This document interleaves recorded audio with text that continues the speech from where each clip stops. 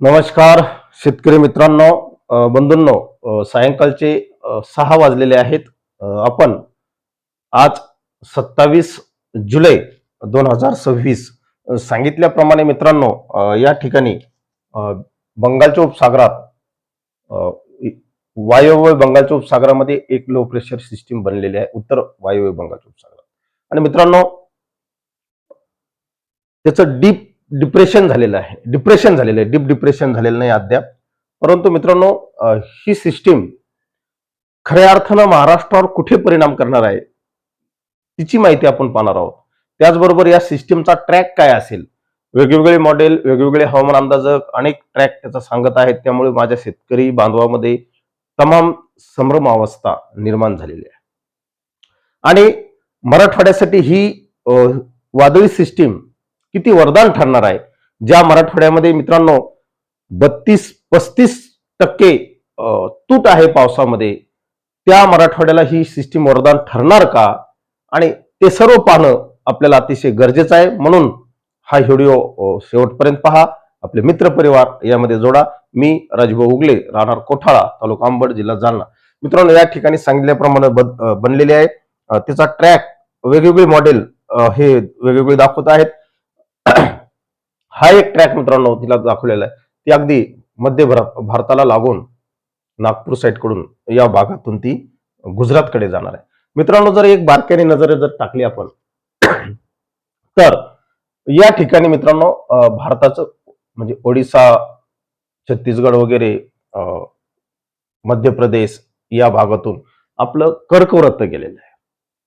आणि मित्रांनो, जेव्हा या ठिकाणी एखादी सिस्टीम बनते, लो प्रेशर, चक्रीवादळ, डीप डिप्रेशन किंवा हे डीडी बनलेलं आहे, तर मित्रांनो याचा ट्रॅक जर आपण पाहिला, ज्या पद्धतीनं आपलं कर्कवृत्त गेलेलं आहे त्या पद्धतीने ही जाणार आहे. लक्षात घ्या, मध्य भारतातून जाणार आहे, इंदोर वगैरे, गुजरात, राजस्थान, अगदी त्याच पद्धतीने जाणार आहे. आणि त्यामुळे या सिस्टीमकडे बंगालच्या उपसागरातून बाष्प खेचल्या जाणार आहे, अरबी समुद्रातून बाष्प खेचल्या जाणार आहे. त्यामुळे महाराष्ट्रात ओलावा राहणार आहे. मध्य प्रदेशमध्ये मित्रांनो जबरदस्त पाऊस पडणार आहे. मध्य प्रदेशला लागून असणाऱ्या महाराष्ट्रात, विशेषतः उत्तर महाराष्ट्रात पाऊस कुठं पडणार आहे ते सुद्धा आपण तुम्हाला सांगणार आहोत. लक्षात घ्या, वेगवेगळे मॉडेल मित्रांनो या सिस्टीमचा मार्ग दाखवत आहे. लक्षात घ्या, हे सर्व या ठिकाणी या सुमारास इथं सुद्धा एक लो प्रेशर सिस्टीम कार्यरत असणार आहे. हे सर्व मार्ग जर पाहिले तर मित्रांनो, मध्य प्रदेशला लागून असणारा आपला जो महाराष्ट्र आहे, यामध्ये विशेषतः जळगाव, धुळे, नंदुरबार, अकोला, अमरावती, नागपूर, इकडे पूर्व विदर्भातील सर्व जिल्हे, नागपूर, अमरावती विभागातील सर्व जिल्ह्यामध्ये, आणि मित्रांनो जळगाव, धुळे आणि नंदुरबारची हौस फिटणार आहे. एवढा पाऊस या सिस्टीम कडून आपल्याला मिळणार आहे. हे पहा, तुम्हाला ही सर्व वेगवेगळे मॉडेल मित्रांनो, हे WOM चं मॉडेल आहे. त्यांनी आपल्याला हा ट्रॅक दाखवलेला आहे. तुम्ही सांगतो अतिशय विश्वसनीय आहे. उगीच कुठल्याही याच्यावर भरोसा न करता मित्रांनो, हे वेगवेगळे जागतिक दर्जाचे मॉडेल, तिचं मार्गक्रमण आपल्याला ज्या मी तर सांगते, ज्या पद्धतीने आपलं कर्कवृत्त गेलेलं आहे त्याच पद्धतीने ही सिस्टीम जाणार आहे. वेगवेगळे मॉडेल याचे मार्ग दाखवत आहेत. थेट महाराष्ट्रावर ही सिस्टीम येणार नाही, हे मात्र निश्चित लक्षात घ्या. थेट महाराष्ट्रावर ही सिस्टीम येण्याची शक्यता फार कमी आहे. हे वेगवेगळे मॉडेल, तर काही मॉडेल मित्रांनो उत्तर प्रदेशकडे घेऊन जाताना दाखवत आहे, म्हणजे अशा पद्धतीने. त्यामुळं संभ्रम अवस्था आहे. आणि हे आजपासून सुरुवात झाली नाही. आजपासून मित्रांनो 27 ते 31 जुलै पर्यंत या पावसाच्या ऍक्टिव्हिटीज वेगवेगळ्या भागात असतील. त्याची माहिती आपण या ठिकाणी पाहणार आहोत. मित्रांनो, हे तुम्ही पाहू शकता, या सिस्टीममुळे सिस्टीम बनणारे यात कुठेही दुमत नाही. तिचा मार्ग जर आपण पाहिला तर मित्रांनो पहा, या साईड कडनं म्हणजे नागपूर, अमरावती विभागात मी कालच रात्रीच्या व्हिडिओ सांगितले की अमरावती विभागामध्ये पावसाच्या जबरदस्त नोंदी होणार आहेत. यामध्ये मित्रांनो अमरावती, अकोला, सर्वच भागाला, हा बुलढाण्यापर्यंत, अगदी इकडं छत्रपती संभाजीनगर उत्तर, जालना उत्तर, मित्रांनो या भागात दक्षिणेकडे, माफ करा मित्रांनो, पुन्हा एकदा दक्षिण मराठवाड्याकडे ही लो प्रेशर सिस्टीम पाठ फिरवत आहे.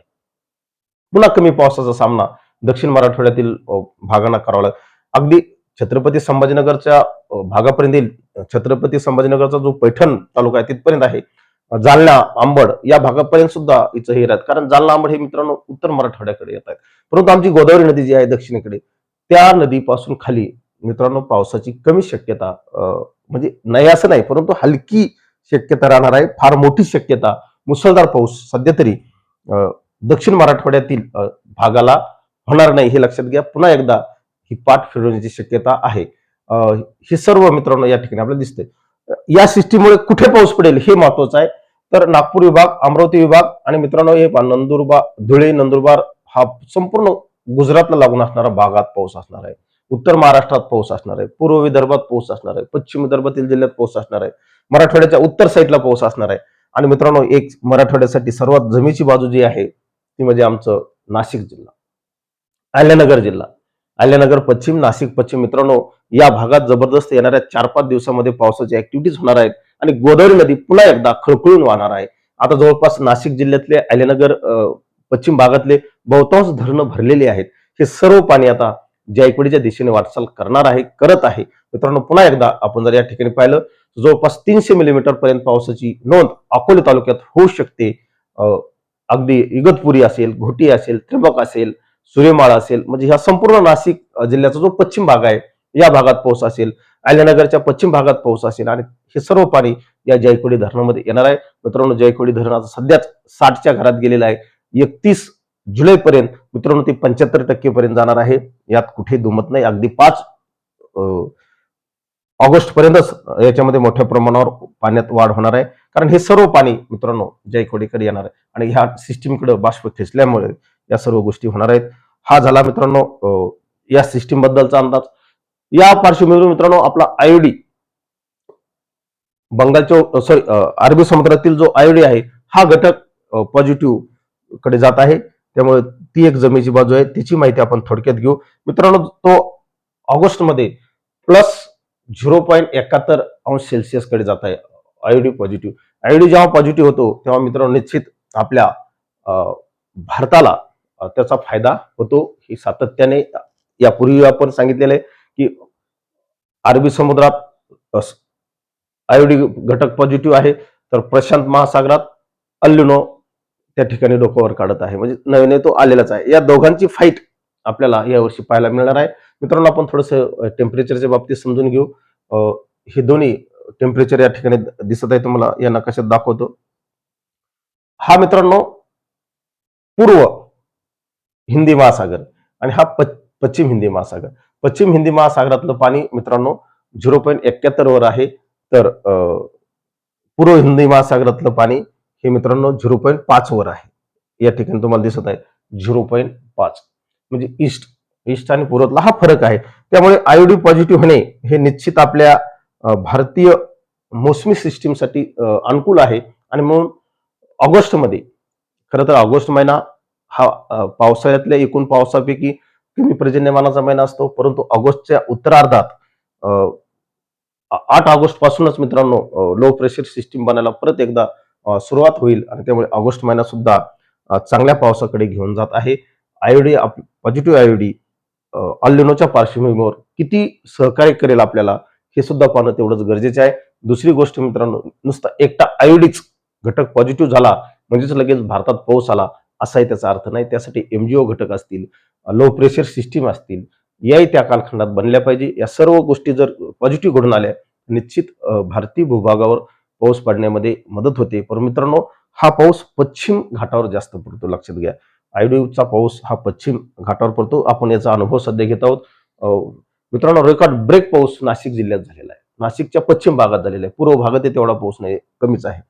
पण आपण सातत्याने सुरुवातीपासून सांगितलं यावर्षी आपल्याला पश्चिम घाट सक्रिय असणारा दिसणार आहे, लक्षात घ्या.